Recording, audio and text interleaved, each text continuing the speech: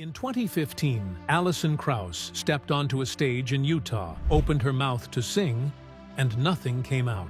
Her bandmate had to finish the song while she walked off in silence. This wasn't stage fright. It was something far worse, something that would keep her away from music for years. By 2023, it happened again in Las Vegas. She disappeared mid-song and never returned. For a woman with 28 Grammys, the silence was deafening.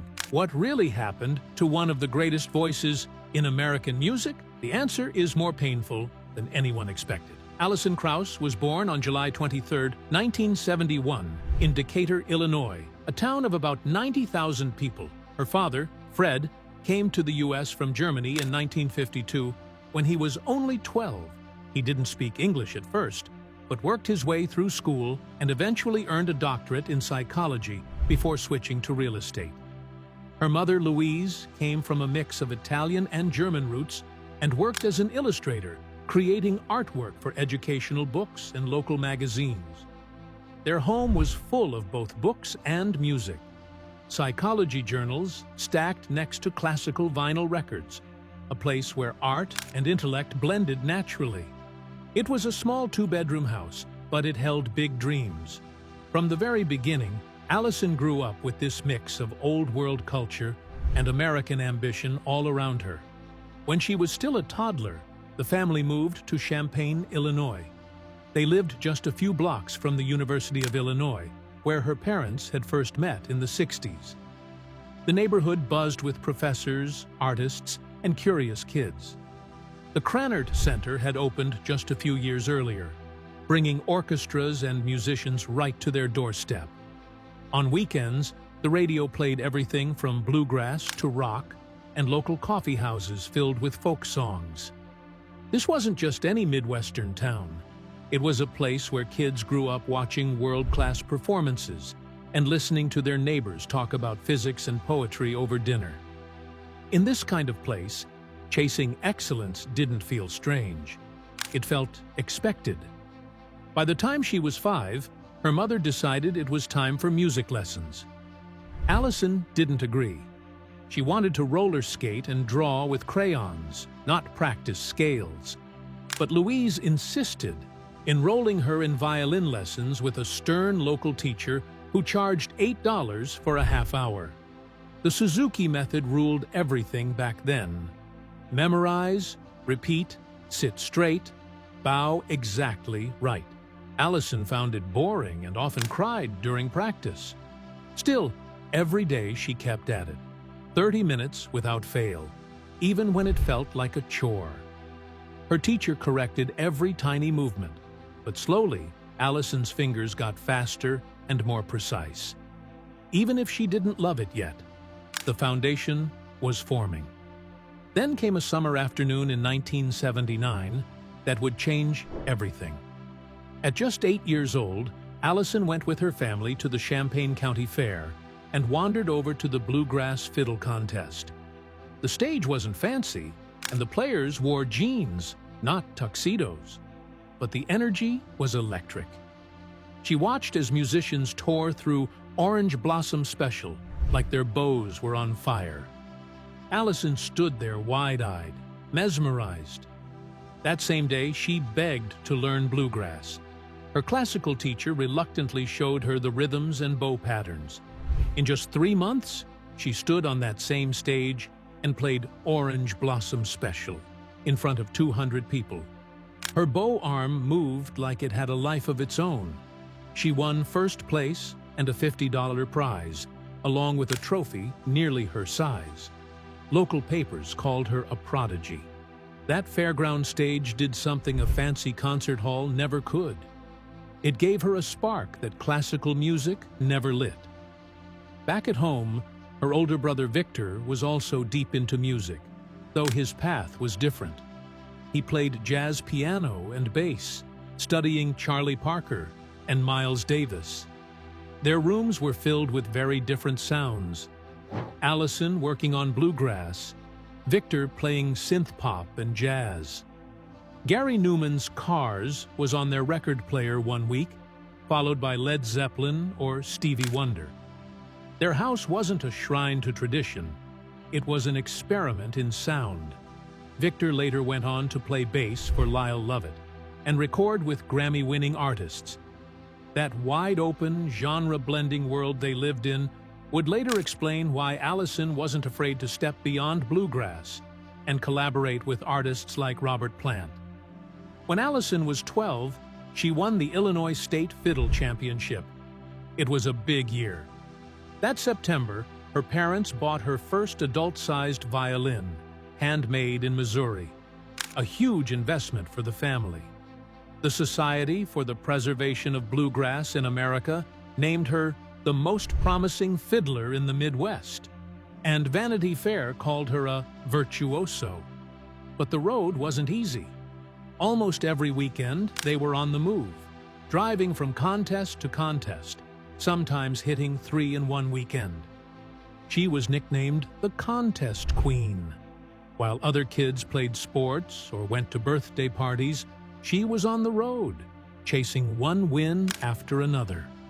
A year later, she won the Walnut Valley Festival in Kansas, one of the toughest fiddle contests in the country. But one memory stuck even more.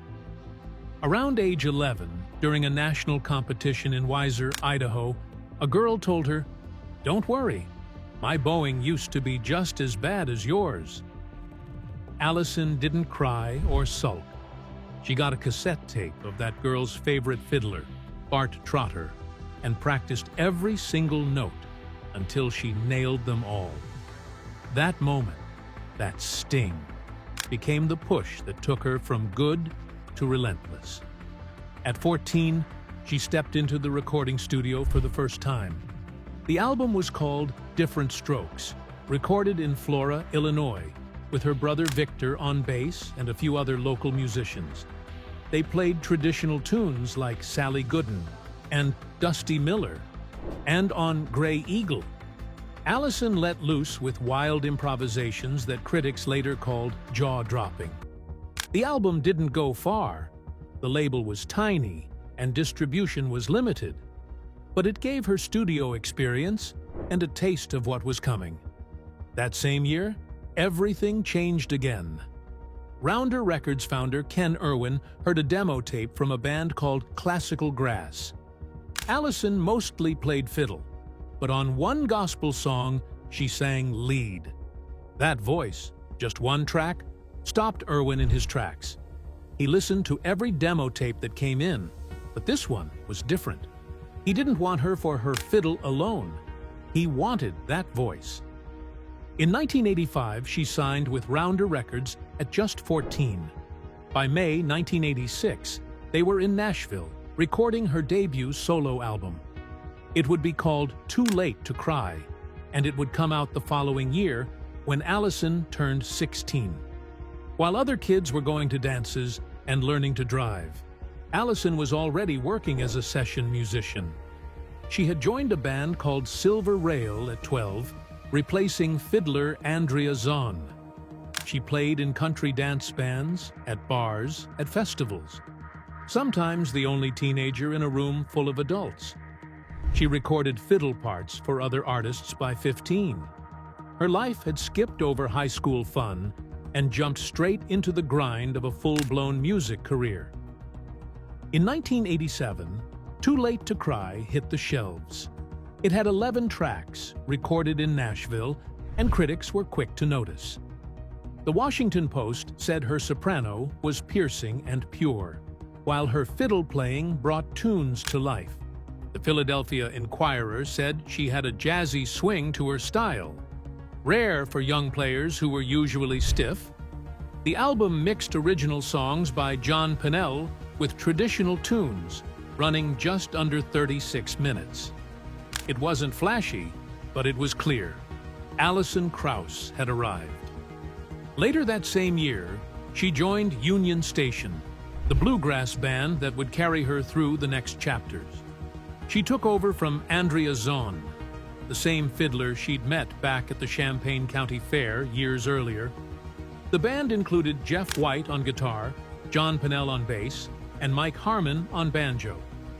Her voice had stunned Pennell years before during an audition when she sang Blue Kentucky Girl. He knew then she wasn't just a fiddler, she was a star in the making. Their first album together, Two Highways, came out in 1989. It earned a Grammy nomination. The album featured traditional tracks like Wild Bill Jones and even a bluegrass version of Midnight Rider by the Allman Brothers. Jerry Douglas played dobro, and Brent Truitt added mandolin. At just under 39 minutes, it was packed with layered instrumentation and tight harmonies. Some critics said her voice was too soft in the mix, but others compared her to Dolly Parton. They began touring across the country, from the Great American Music Hall in San Francisco to Owensboro in Kentucky. They drew larger crowds. By 1990, they were performing at major bluegrass festivals, including the Doyle Lawson and Quicksilver Festival. Recordings from these shows captured Alison playing Steel Rails and Sweet Georgia Brown with precision and fire. In 1991, at just 19, Alison won her first Grammy for Best Bluegrass Recording. The song was I've Got That Old Feeling, and it came from her 1990 solo album of the same name. She handled both lead vocals and harmonies. The album climbed to number 61 on the Billboard Country Albums chart. That same year, her first music video reached number 1. At the time, she became the second youngest Grammy winner in history, a title she held for years. That Golden Trophy wasn't just an award. It was a door, and it opened wide. In August 1990, when Alison Krauss was just 19, she released her second solo album. It was called I've Got That Old Feeling, and it marked the first time she climbed onto the mainstream country charts, reaching number 61 the following year. The album was co-produced by Jerry Douglas, who played the dobro, and Bill Vorndick. It had top-notch bluegrass musicians like Sam Bush, Stuart Duncan, and Alison Brown. The title song, written by Sidney Cox, gave Krauss her very first Grammy. That was at the 33rd Grammy Awards, and she was still a teenager. The music had a blend of bluegrass, country, and soft pop that started shaping her own sound, one that would eventually find a place far beyond bluegrass circles. By 1994, Krauss wasn't just singing. She stepped into the role of producer for the first time. She worked with the Cox family on a gospel album called I Know Who Holds Tomorrow. It was recorded in Nashville and featured members of Union Station like Ron Block and Barry Bales. The album had 12 tracks, including covers of Merle Haggard and Paul Simon. It won a Grammy for Best Southern Country or Bluegrass Gospel Album in 1995. That award showed she wasn't just a great performer. She had the vision to shape other people's music, too. Then, in 1995, everything changed. She released Now That I've Found You, a collection, a mix of older songs and a few new ones. It exploded. The album sold over 2.1 million copies and went 2x platinum. It reached number 13 on the Billboard 200, number 2 on the Country Albums chart, and hit number 1 in Canada. Her cover of Keith Whitley's When You Say Nothing at All went gold and reached number 3 on Billboard's country chart. Another song, Baby, Now That I've Found You, reached the top 50 and won her another Grammy. The success showed something that shocked the industry. Bluegrass could actually break into the mainstream. That same year, at just 24, Krauss made history at the Country Music Association Awards. She won 4 big awards in one night: Female Vocalist of the Year, Horizon Award, Single of the Year, and Vocal Event of the Year. It had never happened before, not for any woman.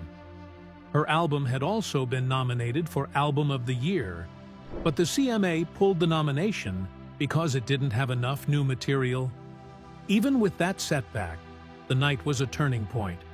Her album jumped from number 60 to 25 on the Billboard 200 within a week, with sales more than doubling.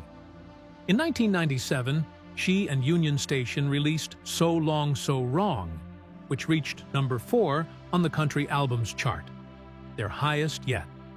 It was also the first album featuring Dan Tyminski, whose voice and guitar became part of their sound moving forward. The album won 3 Grammys, one for Looking in the Eyes of Love, another for Little Liza Jane, and a third for Best Bluegrass Album. Critics praised how the band stayed away from flashy playing or pop trends and focused on something quieter, more thoughtful.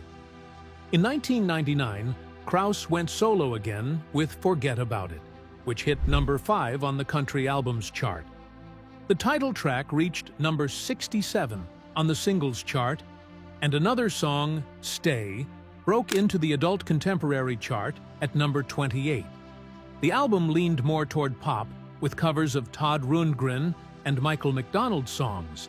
The final track even had Dolly Parton and Lyle Lovett on it.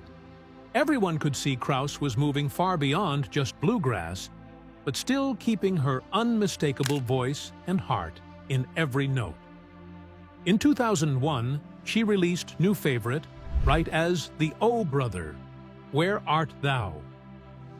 Soundtrack took the world by surprise. Krauss sang Down to the River to Pray on that soundtrack, and the album went on to sell over 8 million copies in the US alone. New Favorite did well too, going gold and winning 3 Grammys. One of those wins was for The Lucky One, which took home both Best Country Song and Best Performance by a Duo or Group. By now, Krauss had become one of the most awarded artists in Grammy history. And that wasn't just because of one project. Every step had built to this. In 2004, Union Station released Lonely Runs Both Ways, which won them 3 more Grammys. Songs like Restless, Union House Branch, and A Living Prayer proved they were still pushing boundaries. The album even included a Woody Guthrie cover and songs by Robert Lee Castleman and Gillian Welch. Critics said Union Station was probably the tightest band in bluegrass, and the album raised the bar once again. Then came the live album in 2002, recorded in Kentucky. It went 2x platinum and won 2 Grammys, including one for Cluck Old Hen. Fans loved hearing songs like The Lucky One and Baby, Now That I've Found You performed live. Critics called it a near-perfect collection. Her voice found another home in film soundtracks too. In Cold Mountain, she performed You Will Be My Ain True Love and The Scarlet Tide, songs written by Sting, T-Bone Burnett, and Elvis Costello. Both tracks were nominated for Oscars in 2004. Krauss even sang them live at the Academy Awards in front of over 43 million viewers, first with Sting, then with Costello. It was a huge moment, bluegrass vocals reaching the biggest stage in Hollywood. In 2007, she released a compilation album called 100 Miles or More, which included her best soundtrack hits, duets with Brad Paisley and James Taylor, and some new material. It debuted at number 10 on the Billboard 200 and number 3 on the country chart. But it was also in 2007 that something completely unexpected happened. Krauss teamed up with Robert Plant, the legendary rock singer from Led Zeppelin. Their album Raising Sand debuted at number 2 on the Billboard 200, eventually sold over 1 million copies, and won 6 Grammys, including Album of the Year and Record of the Year. The songs were haunting, atmospheric, and unlike anything either artist had done before. Their voices melted together in a way no one could have predicted. The album featured songs by Tom Waits, Gene Clark, and Townes Van Zandt. It was a bold move, and it worked. They toured for nearly 2 years, performing in packed theaters and iconic venues like Madison Square Garden. Songs like Gone, Gone, Gone, Please Read the Letter, and Killing the Blues were crowd favorites. The tour showed that what they'd created in the studio could hold its power live. In 2011, Krauss returned with Union Station for Paper Airplane. It was their first studio album in 7 years, and it was worth the wait. It debuted at number 3 on the Billboard 200 and won 2 more Grammys, including Best Bluegrass Album. Krauss also convinced engineer Mike Shipley to return to the studio after a long break, and the result was one of their most polished records. Songs by Jackson Browne and Richard Thompson gave the album extra emotional weight. But shortly after, Krauss hit a wall. She was diagnosed with dysphonia, a condition that made singing painful. It took her years to recover. Windy City, released in 2017, was her return. It was a solo album full of classic covers from the 1960s. It debuted at number 1 on the country and bluegrass charts and number 5 on the Billboard 200. She credited a vocal coach with helping her find her voice again. And it worked. The album reminded everyone that Krauss was still one of America's most unique and gifted voices. In 2021, she and Robert Plant reunited. Their second album, Raise the Roof, debuted at number 7 on the Billboard 200 and earned 3 Grammy nominations. Critics said it was deeper, smokier, and richer than their first. It featured songs by Merle Haggard, the Everly Brothers, and even a new original. Their chemistry was still there. Krauss said the moment she heard one particular song, Quattro, she knew they had to make another album together. Alison Krauss met Pat Burgesson in the thick of Nashville's music scene in 1996. They didn't waste time. Just 24 days after they started dating, they were married. It happened on November 8, 1997, quietly and suddenly, surprising almost everyone around them. She was already a well-known name in bluegrass, famously private, and known for taking things slow. But with Pat, it all moved fast. He was a talented guitarist who had played with people like Lyle Lovett and Chet Atkins, so musically, they made sense. Still, in a place like Nashville where everyone knows everyone, people noticed how quickly it happened. At the same time, Alison's career was taking off, and their private life started under a lot of public pressure. On July 17, 1999, their son Sam was born. Alison didn't slow down. She kept touring with Union Station, bringing Sam with her. Even with the chaos of life on the road, she gave him a voice early. He picked the music they played in the car. Alison said she learned from her father that letting young people choose music is a way of respecting who they are. Sam grew up in that world, surrounded by sound, and eventually picked up drums, guitar, and even sang, but only at home. Alison never said much about her family in public, but when she did, it was clear that motherhood had reshaped how she saw the world. In August 2001, Alison and Pat divorced. It ended after 4 years, and no big story ever came out of it. They kept things quiet. The court gave Alison full custody of Sam, who was only 2 years old. The non-stop touring and pressures of her career had worn down the relationship.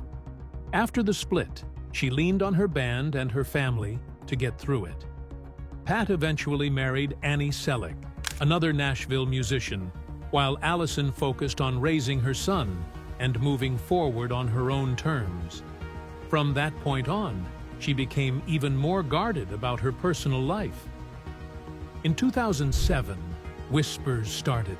Alison had recorded a duet with John Waite, his classic Missing You, and their live shows together sparked rumors.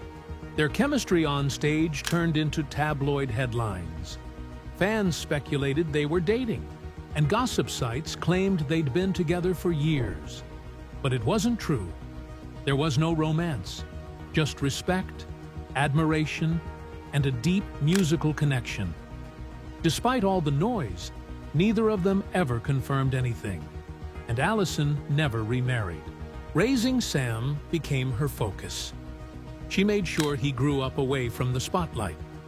Instead of keeping him at home, she let him tour with her, exposing him to different people, sounds, and places. She gave him space to explore, even letting him guide her on musical choices. Over time, he developed into a skilled musician and started giving her feedback on her own work. In rare interviews, Alison spoke about how strange and emotional it was to watch him grow up and drift into his own world. She kept most of it to herself, but the way she talked about the gospel song A Living Prayer gave people a glimpse into how she saw motherhood, quiet, spiritual, and full of trust in the journey. In 2013, everything changed. Alison was diagnosed with dysphonia, a vocal disorder that constricts the throat and makes singing almost impossible. She had to cancel a big show at the IBMA Wide Open Bluegrass Festival. It was supposed to be a huge night with legends like Sam Bush, Bella Fleck, and Tony Rice. Ironically, Tony Rice had battled the same disorder, and now Alison was following in his footsteps in a way no one ever expected. Her team said recovery would be quick, but that didn't happen. It took years. By 2014, things got worse. Her throat would tighten so badly she couldn't even speak properly. A joint tour with Willie Nelson had to be canceled across several cities. She tried therapy, tried to push through, but the problem stayed. Sometimes she'd step into a studio or onto a stage and have to walk right back out again, unable to get through a single note. In 2015, during a performance in Utah, she opened her mouth and no sound came out. She froze. Her bandmate Dan Tyminski had to step in and carry the song. She walked off stage, shaken and embarrassed. It wasn't just physical, it was emotional. Her voice wasn't just her instrument, it was who she was. During those years, she stayed in Franklin, Tennessee, quietly focusing on fiddle work and producing other artists' records. Shows were canceled. Tours disappeared. Her website went blank. People started wondering if she'd ever return.